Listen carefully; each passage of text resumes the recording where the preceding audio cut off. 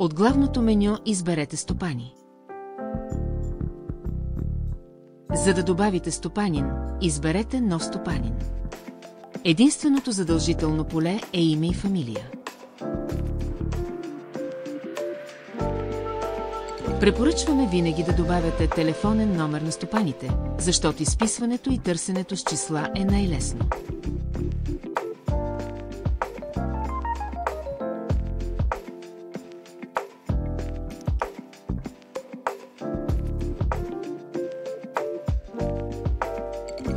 След като въведете необходимите данни, запазете новия стопанин с ОК.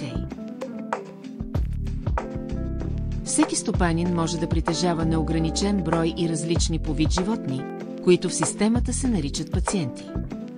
За да добавите нов пациент, изберете стопанин от страницата Стопани и след това нов пациент.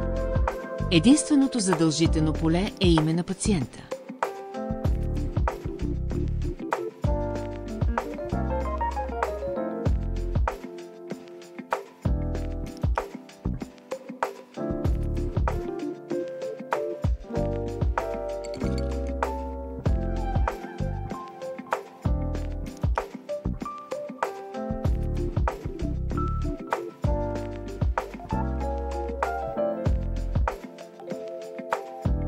След като въведете необходимите данни, запазете новия пациент с ОК.